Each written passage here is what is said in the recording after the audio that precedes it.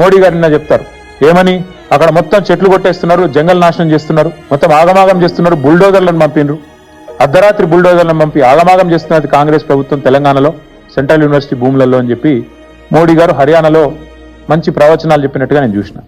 साथियों, तेलंगाना की कांग्रेस सरकार भी जनता से किए वादे भूल गई है. वहां कांग्रेस जंगलों पर बुलडोजर चलवाने में व्यस्त है.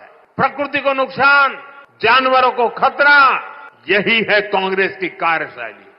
हम यहां कचरे से गोवर्धन बनाने के लिए मेहनत कर रहे हैं और वो बने बनाए जंगलों को उजाड़ रहे हैं. మోదీ గారిని మేము అడిగేది ఒకటే, 2024 2025 ఏప్రిల్లో అప్పుడు ఒకసారి ఆర్ఆర్ ట్యాక్స్ అని ఇప్పుడు ఒకసారి హెచ్సిలో ఏదో జరిగిపోయిందని చెప్పి ఆవేదన వ్యక్తం చేయడం కాదు, లిప్ సింపతి కాదు మేము కోరుకునేది. మీరు నిజంగానే చిత్తశుద్ధిగా ఉంటే పర్యావరణం విషయంలో, ఈ పర్యావరణాన్ని కాపాడే విషయంలో వెంటనే సెంట్రల్ ఎంపవర్డ్ కమిటీ చెప్పినట్టుగా ఇండిపెండెంట్ ఇన్వెస్టిగేషన్, ఒక సుప్రీంకోర్టు జడ్జిని వేయండి, ఒక సుప్రీంకోర్టు జడ్జిని అపాయింట్ చేయండి, మీరు వెంటనే ఇన్వెస్టిగేషన్కి ఆదేశించండి. లేదా మీ చేతిలో ఉన్న సంస్థలు ఆర్బీఐ ఉంది, ఎస్ఎఫ్ఐఓ ఉంది, సివిసి ఉంది, సిబిఐ ఉంది, investigation agency of your choice.